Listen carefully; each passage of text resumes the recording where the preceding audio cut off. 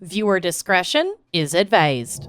To dive into this case, we need to hop into the way, way back machine to 1904, only 11 years prior to the birth of our patron Saint Helen. Oh my God. She's my version of geography. Yeah. I was just going to say that. So at this time in forensic history, we were working with very little. This is from universalclass.com, and yes, I am padding my case. Just roll with it. Quote, by the early 1900s, the field of forensic investigation achieved major developments due to the design and use of modern forensic methods and discoveries such as benzodine, a chemical compound used to develop a universal presumptive test for blood. Ooh, human blood or any blood? I think any kind of blood, but just blood. Mm-hmm. Perhaps the most famous of forensic developments, at least on a psychological level, was the statement made by Edmund Locard, who stated that, quote, every contact leaves a trace. Yes. Oh. Mm-hmm. The phrase published in Locard's paper, you're going to love this. L'enquête criminelle et les méthodes scientifiques. Nice. In 1904. Which is also popularly known as Locard's exchange principle, remains the backbone of forensic science collection and recovery to this day. By the beginning of the 19th century, the study of hairs, fingerprints, and blood thrust the development of forensic investigation to new heights. And Locard, the forensic professor at the University of Lyon, France, created the first crime laboratory for use by police and other law enforcement personnel. France. So this was also the year, 1904, of a murder. Ooh. That is widely regarded in the forensic science community as the first documented case, like murder case, I guess, solved using forensic geology and mineralogy. But this wasn't a case of rocks or like dirt found on a shoe, although dirt on something also comes into play. Dirt on a dick. Dirt on a penis. We'll get to it. Enter Dirt on a dick. Dirt on a dick. Enter Georg Popp, he's German, so there's no E on the end. So dirty dick. I will henceforth be calling him Georg. Georg. No, it's like in Georg. Sound of Music. That's Georg. I'm going after Georg. Enter Georg Popp, born July 31st, 1861 in Frankfurt, Germany. Georg had a love of science, especially in the field of geology from a young age. He became a chemist and professor and was one of the founders of microscopic and scientific criminalistics and modern forensic science at the Johann Wolfgang Goethe University in Frankfurt. Mm-hmm. Guten Tag, gluten-free. Gluten-free. He is also the creator of Popp's principle, which reads as thus, quote, the differences in the floors from place to place provide valuable clues to prove the link between a suspect and a crime scene. Soil is a complex mixture with a multitude of mineralogical, chemical, biological, and physical properties. Since minerals are an important part of the soil, a mineralogical examination of the soil is essential to forensic identification. Traces of material are mineralogical, biological, or chemical residues of an object, for example, in the form of abrasions and rubs. For an investigation, it is important rub up on some. Rubs for rub up on something. That's from a gack, isn't it? Something I don't know. It was just something to rub on. It was your dolphins fucking a snake. Yes, Yeah, you're right. I know. It's probably something to rub up on. Probably just something to rub on. Oh my God. I can't get, I'll never, I can't get over that. They'll never recover. I will never financially recover from this. So for an investigation, it is important to choose the appropriate combination of methods that take into account the context of the soil samples. It covers a broad spectrum on the analysis of soil components and the closely related materials such as plant fragments, pollen and spores, and diatoms. Ooh, Diatoms. The soil formation process includes base minerals, temperature, water condition, vegetation, time of day, and the chemical processes of dissolution, oxidation, reduction, and even human activities. Wow. I cool. swear to God, if they had sold science to us in school just through a forensic lens, I would have loved it. I would have loved it so much more. I would have become a biologist. Right? Absolutely. Mm-hmm. So the history of the development of a soil and the results of such complex soil formation processes are strongly reflected in soil color. The systematic observation of the earth in terms of colors is particularly useful for the investigation. Hence the 3D model. Color is what you look at first. Yup. I love So, when the body of a young seamstress named Ava Diesch was discovered in a bean field in Frankfurt in October of 1904. I love beans. I know, right? Ich heiße this was all going to come into play, and they needed their boy Georg to help out. So Ava had been strangled to death with her own neck scarf. Oh, no. And while evidence was certainly left at the scene, most notably a filthy handkerchief that family confirmed did not belong to Ava, authorities weren't sure what to do with it. The handkerchief was covered in mucus, likely belonging to the killer, but DNA testing was almost a century away. Yeah. So authorities called in their guy Georg to check it out. What he found was an absolute treasure trove of useful forensic evidence. Wow. So this is from gizmodo.com. Your fave. Quote, one of my faves. Popp examined the handkerchief and found that the mucus in it was full of snuff, like smokeless tobacco, coal dust, and hornblende. The fuck? What's Hornblende is a component of many types of rock, including granite. A look at the nearby residence turned up one man, Karl Laubach, who worked at both a gasworks where coal was burned and a gravel pit where hornblende was among the minerals. Let me guess. Did he use snuff? Yep. So He had coughed and like wiped his mouth on this handkerchief. And all his dirty and all the shit that work he'd been inhaling detritus. came out in the mucus. Oh my, it was in the mucus? Yup. Oh, isn't that my- fucking nasty? Oh so my it wasn't God. on the handkerchief. Like it you was could in see the it. mucus. You could see it, but it was in the mucus. It was like granules in his mucus soaked into the handkerchief. Gross. Isn't Oh my that God. fucking narst? I had such bad boogers when we were in Dallas. Oh, dry. honey. It's dry. I It's like should have put that under a microscope. honestly, what we really need to put under a microscope is like what you blow into a handkerchief after a day at the Renaissance Festival. Yes. Oh my And God. that's what this reminded me of. You got Absolutely. gray boogers. So Oh, much yeah. dirt. So much dirt. Oh. That's basically what this fucking handkerchief was covered in. This That's nasty also shit. I What like that our boogers only are. reference for Is the being Ren outside Fest.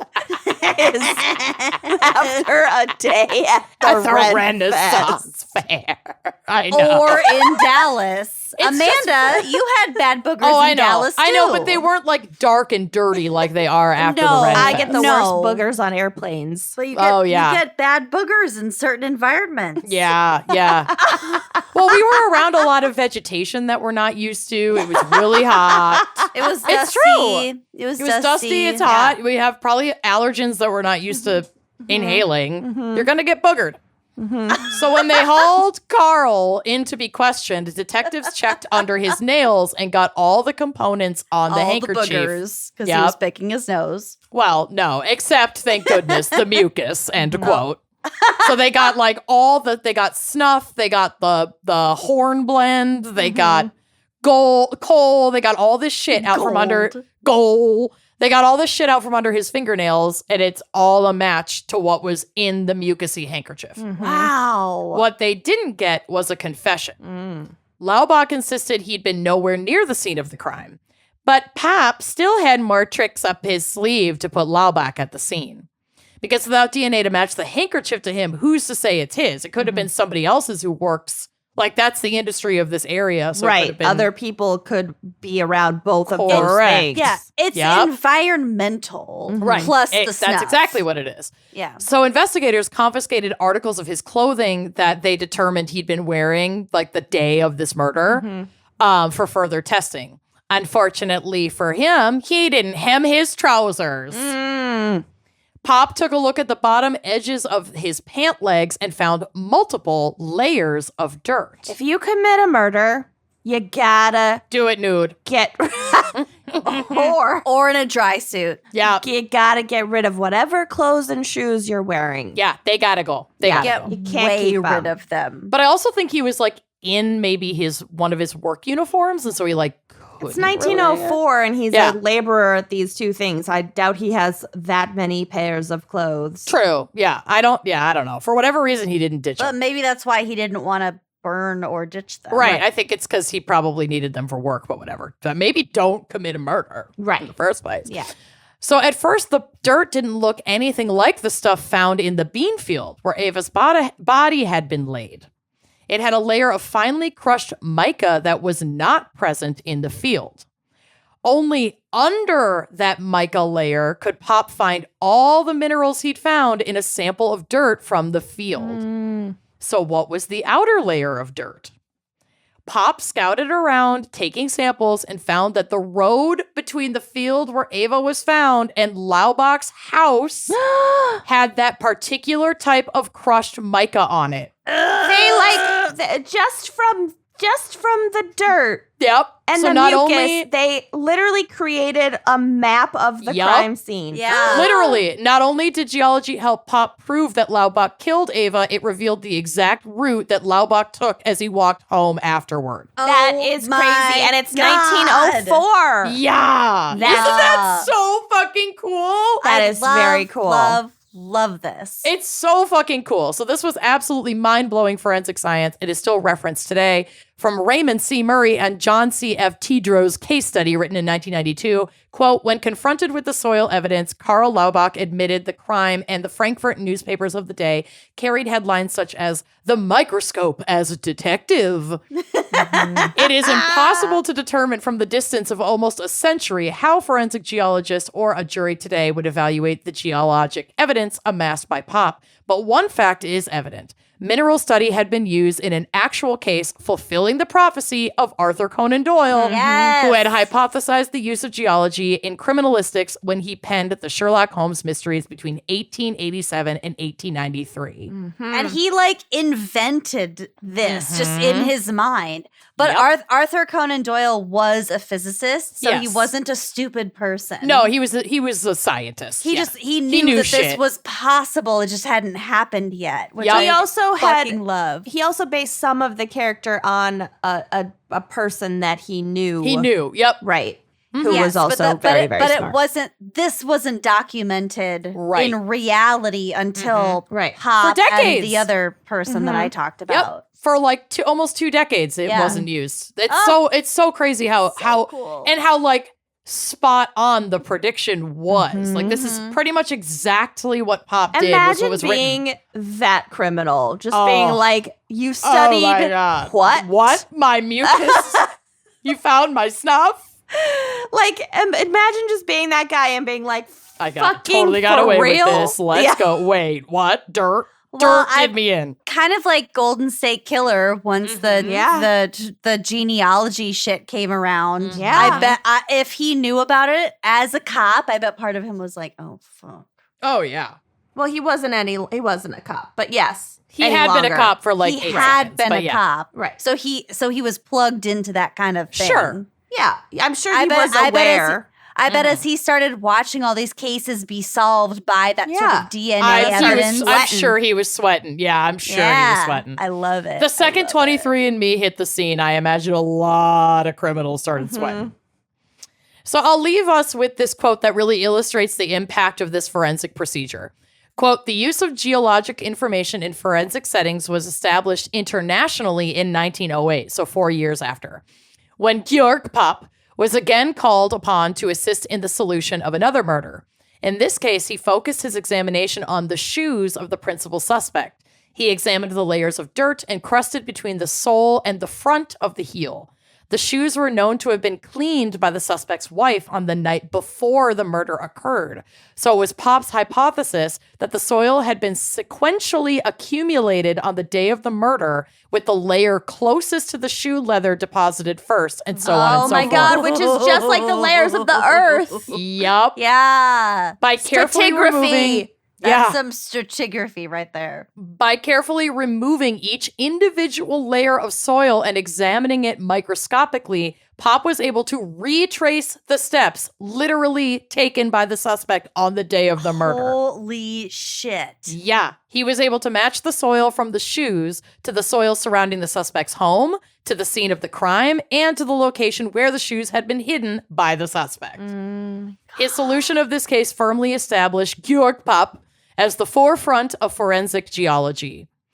His microscopic examination of minerals and soil samples set a precedent for the continuing use of soil samples as an integral part of forensic investigation. Yes. Is that not some of the craziest, coolest shit you've ever heard? That is Yes, Pop, very yes. cool. I know. I was like, this is really short, but I fucking love this story so much. It's just really fascinating. We could do a lot of episodes about forensic geology. I know. All the forensic stuff needs another go around. It's all good. Yes, please and thank you. The meticulous examination of layers of dirt to like create a map is fucking rad. I love it. It's so fucking cool. I don't know. I was really jazzed. I wrote them in the bathtub. Nice. And I was really excited. You were really jazzed / I was. electrocuted. And electrocuted.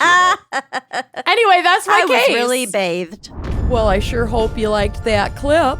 If you did like that clip, make sure you are subscribing to our YouTube channel, leaving us a nice review, and joining us on Patreon for even more video content, audio content, salacious content all around. Come join us. Treat yourself.